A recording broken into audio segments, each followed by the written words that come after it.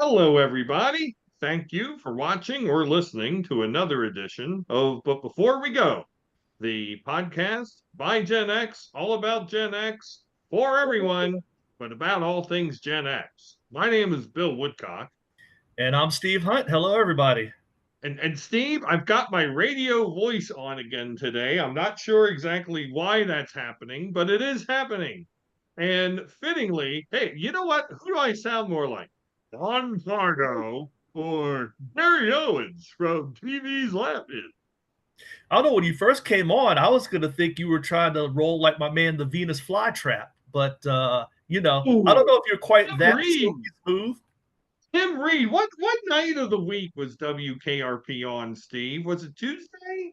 I believe so, yes. I think it was Tuesday. I don't think it wasn't Thursday. I believe it was Tuesday. Yeah. I think you're right. I think you're right. I think it was on Tuesday. And that is the ideal segue into tonight's episode, this week's episode, if you will, which would be the greatest night of television on television. Steve, they don't realize it out there in viewer and this or in their listener land, but back in our day, there used to be three, count them, three broadcast networks. You had your ABC, you had your CBS, you had your NBC. And even though we have spoken at great length in this and other episodes about Saturday morning cartoon characters Mhm. and about Saturday morning cartoons in general, the TV networks made their nut by programming in prime time Mhm. because this was an era without VCRs, without DVDs, without Blu-rays, without cable, without streaming. You either saw what you saw the night it came on, or your ass waited to the summer and you went into reruns. And if they didn't show a rerun of the episode you wanted to see, you were shit out of luck, Steve. You just didn't get to see it. So, in order to try to drive people to stay home and watch TV, networks used to load up their programming on certain nights of the week in order to maximize input and to win the ever desired Nielsen share of TV ratings. To win the night, as it were, Steve. So, Steve, there were some mega lineups in the 70s and 80s on various nights on various networks. For your money, which network and which night was the one that was your just most powerhouse lineup? And feel free to talk of others, but I want to know which one you enjoyed the most. Well, the one that jumps out for me is Sunday night, and actually there were a couple of networks that did their thing, but I think CBS was far and away the leader. NBC would have their Wonderful World of Disney, which is a kid, kind of cool, and then they would normally have like their Sunday night movie. They really didn't try in the way of programming on Sundays. ABC, if I recall correctly, I believe that was the night I got to get my fix of the $6 Million Man. I believe that was a Sunday night show. So we got to get our Steve Austin on, but CBS was the powerhouse. First of all, they had the ultimate lead in with the NFL. And as you said, Bill, this was back when there were only three networks and only two of them had NFL football, CBS and NBC.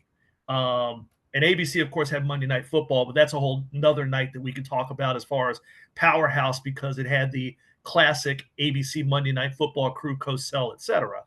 But CBS on Sundays, you had the lead in of football. You then ran into 60 Minutes, which, back then was a really cool show. They would get into a lot of good subject matter. And then they would get into the evening. And that's when Norman Lear took over the airways. And this is a point at which Norman Lear was dominating. He started, I think we may have talked about this on another show, where All the Family, the Jeffersons, Phyllis, I'm sorry, that's a Mary Tyler Moore universe, but Norman was just killing it. So, Sunday night you got All the Family, you got the Jeffersons as leadoffs behind 60 Minutes, and it just carried through the evening. And then at 10 o'clock, you always had some sort of detective copy show. I mean, in the 70s, I remember there was a Barnaby Jones. As you got later on, I think Mannix dropped in there. Obviously, as you got deeper into the 80s, Murder She Wrote filled that spot. So usually there was it was like some comedy, and there was always some detective thing sitting at the tail end of it. So for me, we could talk about other nights, but the powerhouse of the 70s, as when I was a kid, was CBS. And I'll give you my 80s powerhouse later. But Bill, give me your thoughts on what network and night got your attention and made you want to get butt in seat. So we're talking 70s and then we're talking 80s. That's what we're doing. But yeah, because there were really two different networks that dominated. Because, um, like I said, CBS really had a lot of it going on in the 70s as far as nights. Although there were some others that we could get into, and in the 80s, obviously NBC with their Thursday night lineup just you know steamrolled everything out there, and it's kind of its own subject if you want to go there. I, you know, I'm going to give you half credit for CBS Sunday, and I'll tell you why. Because more often than not, said NFL football games would run late, Good would point. run 15 minutes late, 20, 30 Mm-hmm. minutes late. And so primetime programming with 60 minutes started at 7:30. And then, as you would say, there was the all Norman Lear rock block, All in the Family, Jeffersons, Maud or Good Times, Yep. One Day at a Time. And then there would be whatever crime drama would be on, your Mannix, your Barnaby Jones, and the like. And then your local news would show up at around 11:30, which was fine, except if you had to go to work or school the next day, and then you were screwed. Then you had a real choice as to whether or not to watch whatever end of whatever show was coming on, or the local news, or if you were in the Baltimore area, WWE superstars on Sunday nights at 11:30. In later years, it would be Benny Hill. So that would be that. My go-to for 70s best night of television on television, Mm-hmm. ABC Tuesday nights, Mm. because you had Happy Days, Mm-hmm. Laverne and Shirley, Three's Company. Mm. You would have, there would be some other comedy that would be in there that would typically be like a lead in to Three's Company. I don't really think anything stuck that long. I want to say, they tried a number of things. I think Who's the Boss maybe stuck in there longest, but that was in the 80s for sure.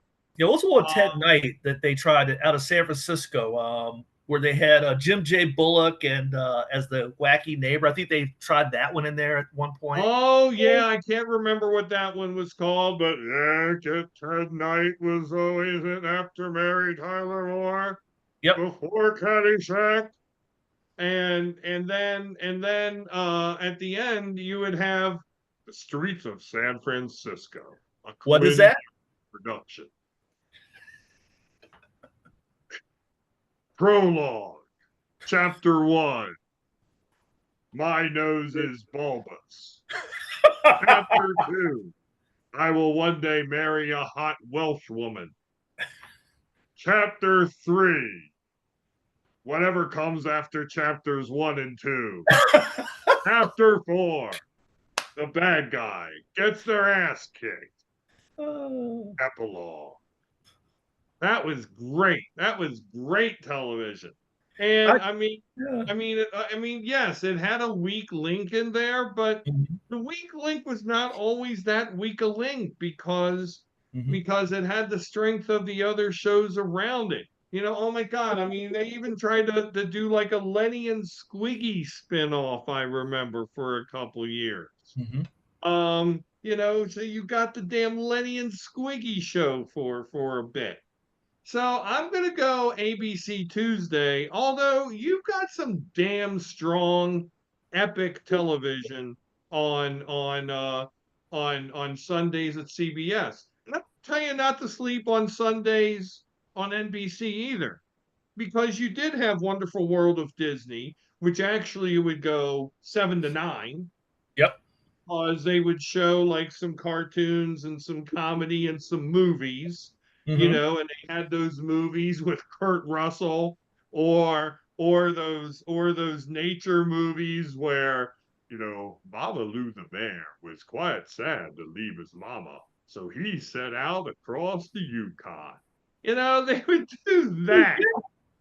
And so you would get that for 2 hours, and then you would either get like a Sunday TV movie, which Yep. TV movies didn't always suck.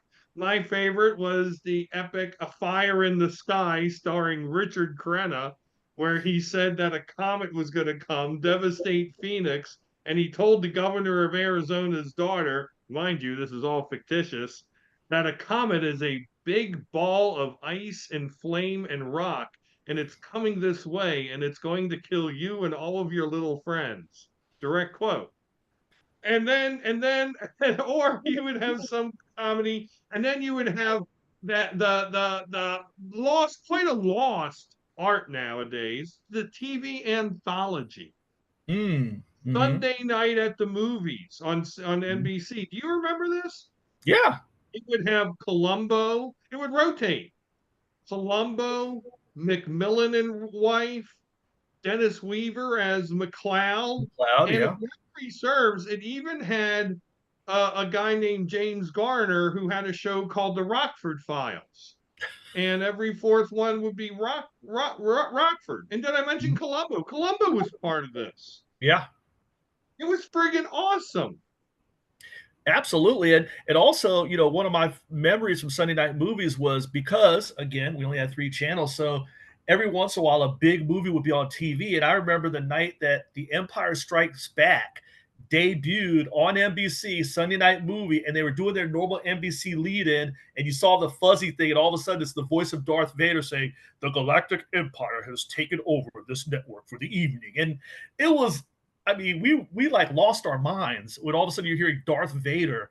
So yeah, you're right. Don't sleep on that. But um, obviously, we spit into the '80s, and I'm getting really nerdy here, and I'll be quick. NBC was getting their behinds kicked in the '70s. They really didn't have a whole lot of product, and they got a guy named Fred Silverman from, I believe he was at ABC at the Was. time, and he led the revival. And it started with shows like Different Strokes and some other shows, Silver Spoons with Ricky Schroeder. But then he built this Thursday night colossus that just, if you were talking '80s, give me more of a murderer's row than Cosby Show, Family Ties, Cheers, Night Court, and capping it all off, Hill Street Blues. I mean, you want to talk about put on the channel and don't move.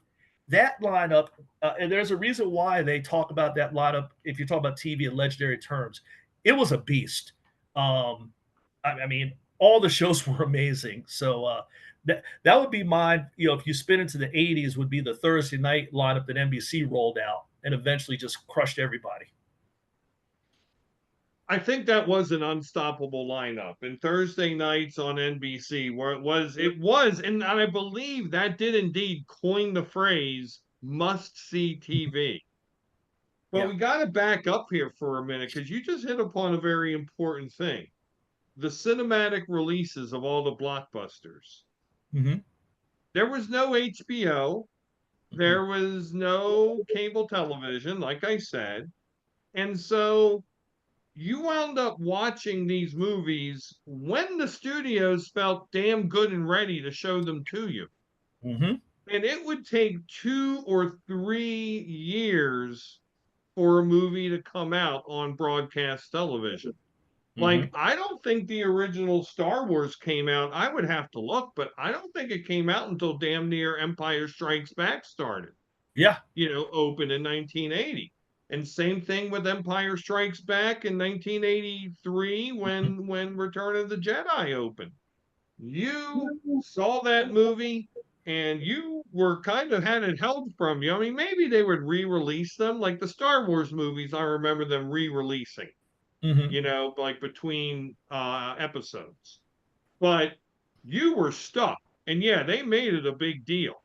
Mhm. Of course, they are there also were some other misfires in there, like the Star Wars holiday special and Oh, some other bullshit that we just won't talk about.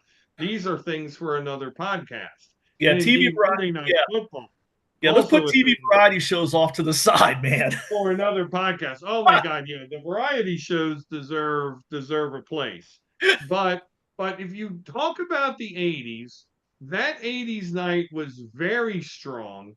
But I will also give you Tuesday night on the same network with shows like the aforementioned Different Strokes, Hmm. The Facts of Life, Mm. Saint Elsewhere on at 10 o'clock, and I'm trying to remember what the other one was. There was not, Judith Light was the mom on the on Family Ties, but there, or am I getting it wrong? Meredith Baxter Burney was the mom on Family Ties, right?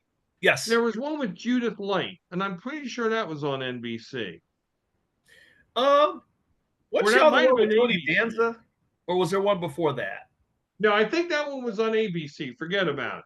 But the Okay. one with the Tuesday night with Different Strokes, Facts of Life, and then Saint Elsewhere on it was pretty good. Hmm. Yeah, I mean, there were some nights that would come strong, and a couple that I'll just throw out there really quickly that are kind of quirky from just basically from my childhood memories is CBS's Friday night. They would open up with the Dukes of Hazzard and back it up with Dallas, um, which was pretty cool, especially since in my mind Dallas was the one who really, I don't know if they invented it, but it certainly made popular the whole idea of the season ending cliffhanger that made you eager to come back in September with Who Shot JR. So now 10 o'clock, they would have something like Falcon Crest on. I wasn't trying to watch Lorenzo Lamas. So, I was kind of done after that. But then Saturday night's another one on ABC, where the 9 to 11 block was Love Boat and then Fantasy Island. You then watch your evening news, and then Saturday Night Live, back when it was Saturday Night Live, was on the backside of that. So a couple of nights that had a couple of decent pieces to it. Well, so one that I think spanned the 70s and the 80s was CBS Monday nights Hmm. because you had MASH. Yeah, oh You well. had MASH, you had friggin' Bob Newhart, Yep. you had Mary Tyler Moore. I mean, that was strong. And Mhm. then if I remember correctly, Lou Grant was also on Monday nights Yeah. after MASH was finished, not after MASH, but it was Right. in the 80s. You had MASH and then Newhart and Yep. then Lou Grant. Yes. And I be- So and that's I also believe pretty badass. And I believe when Mary Tyler Moore was rolling and Ed Asner was on that show, I think the anchor at 10 o'clock might have been Kojak before there was Lou Grant. Kojak might have been on the backside of that. I think you're right. So you're right. Another. So there were some strong nights. And I'm thinking about the 90s and maybe NBC continued it on Thursday nights, but the 70s and 80s, like you said, and obviously the 90s you started getting more options. HBO was rolling, other networks were rolling, but there was something about sitting there. And then another podcast we could obviously talk about because it's its own subject and it would just come in and dominate for a 1 week period. The miniseries, which was a whole other thing. They would drop in something like Rich Man, Poor Man, or Roots, or there are a couple other ones that are out there. So every once in a while, you get that just sucks up a week, and everybody's into that. So Well, network how TV, about man. the latter day ABC Tuesday nights when it Mhm. had the last years of Happy Days, Laverne and Shirley. Mhm. Then it had a little show called Mork and Mindy come on at 9 o'clock, Yeah. and then Three's Company, Mhm. and then it was either on Tuesday or Wednesday. Maybe it was on Wednesday, but I want to say it's Tuesday. Then there was a show called Dynasty. which was Dynasty the Dallas was knockoff. yes, Oh, no, no, no! It was not on Tuesday. You know what show was on Tuesday? A little police drama called Charlie's Angels. yes. Because you went from seeing Suzanne Summers or Jenna Lee Harrison or whoever the hell the blonde was, although I was partial towards Joyce DeWitt, God rest her soul. And then you went full TNA Yep. into Farrah, Cheryl Ladd, Kate Jackson, Jacqueline Smith, and Shelley Hack, not to Yeah. mention Tanya Roberts. Also, God rest her soul. Yeah. And was the Bionic Woman in there somewhere? Because I don't think it was a That back to was back on with the $6 Sunday million nights, was man. it not? Was Did they back up wasn't $6 Lindsey million Wagner man? on the same night as Steve Austin? I thought they broke those up, but you might be right. They might have ran them back to back on They Sundays. might have also put one on Friday night, I think. Yeah. But you're right. Dynasty But was, I think you're right. Dynasty was, I think, I want to say Wednesday because the Colby spinoff I know was on Thursdays. So I think Dynasty might have been Wednesday, but you're right. It was out there too. and then remember this thing with the Bionic Woman. Not many people remember this, but I'm simple, so I do remember this. The Bionic Woman was one of the first, I think it was the first to me, example of a show that jumped networks. Hmm. It was on ABC and then it wound up on NBC for like its last year or two. Right. Yeah, because there were some of those that you're right would do that, where the another network would pick it up and try to revive it, and it didn't work, but or it didn't last long. But yeah, you're right. That was one of the first ones that crossed over. But yeah, I mean, and you think about the other thing with some of these TV shows and nights we're talking about, um, and they're still out there today, I'm sure. But there were some legendary showrunners back then who just had big chunks of the TV universe. You're thinking, Aaron Spelling. We talked about Norman Lear, uh, Gary Marshall, who had the whole Happy Days universe. Um, I you know, thought you're saying universes. well, with all the Things. spin-offs that they had. I mean, You're going retro with your meta. I know, but you think about these showrunners who had they just had this big chunk of stuff, and they would spin off their stuff, and then there were like 5 shows from the same person. So that was another thing that was pretty cool. That you had these showrunners that would just suck up a whole bunch of real estate, but the shows were kind of tight. There were a couple of spinoffs that was like we won't talk about Joni Loves Shotzi. I think Gary K. Marshall missed on that one pretty bad, but Laverne and Shirley and Mork and Mindy worked. Mork and Mindy were solid. Laverne and Shirley, yeah. The Lenny and Squiggy show, not so much. Yeah. I mean, likewise, MASH and After MASH. Oh boy.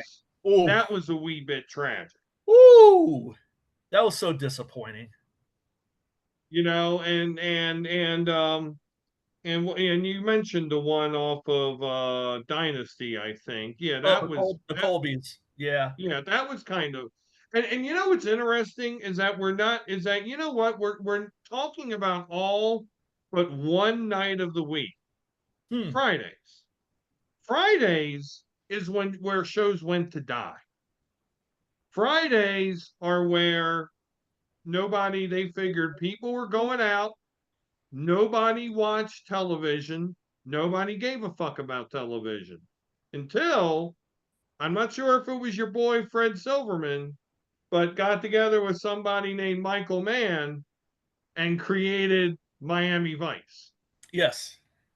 Because that show was banging. Yeah. Oh my God. It was, you just had never seen anything like it. I mean, it was a cross between a full-length movie and an MTV video. It was just, it was a level of cool that you had to watch it.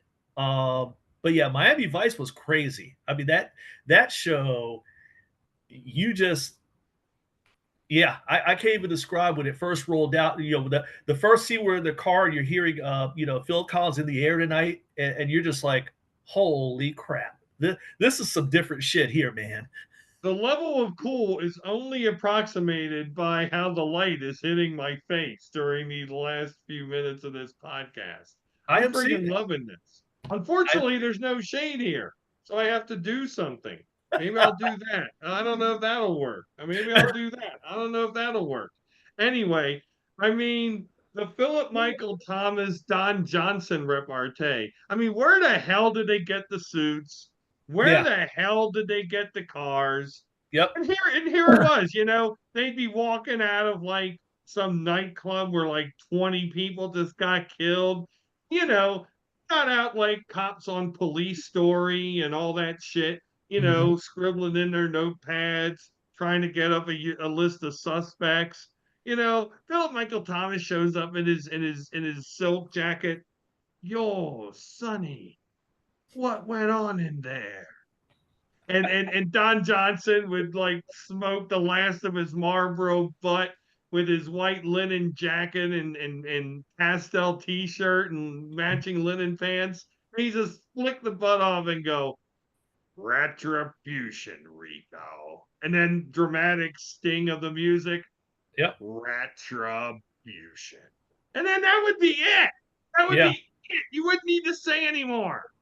No, and you're right. Them walking out, Don Johnson's hair is perfectly in place, even though they just went through like a 58 gun shootout, but he still looks good. But yeah, that show, yeah, because you're right. Fridays until later really was, like I said, the Dukes of Hazzard in Dallas, they held in pretty well for many years until the Dukes of Hazzard started switching out Dukes. but Right. but yeah, you're right. Until Miami Vice, that was certainly the place where it was certainly a wasteland. We didn't go out until after Miami Vice was over. Oh gosh, no. Oh gosh, no. You had to see it. It was the music, it was the car, it was the guys, it was it Right. was It everything. was what was on, what were they going to wear? I mean, and these are guys saying that.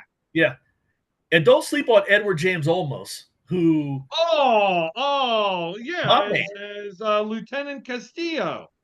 that man. Do what you have to do. Just don't tell me about it. He say that every damn episode.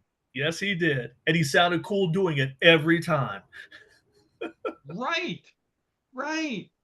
And oh my, so what do you think? We got a couple minutes left. What do you think was the single most important episode of any show you watched 70s to 80s or 80s? This might be another podcast. But Well, if so, just titillate the crap. the show that I think changed so much was Who Shot JR. I mean, that became a worldwide phenomenon. You couldn't escape it.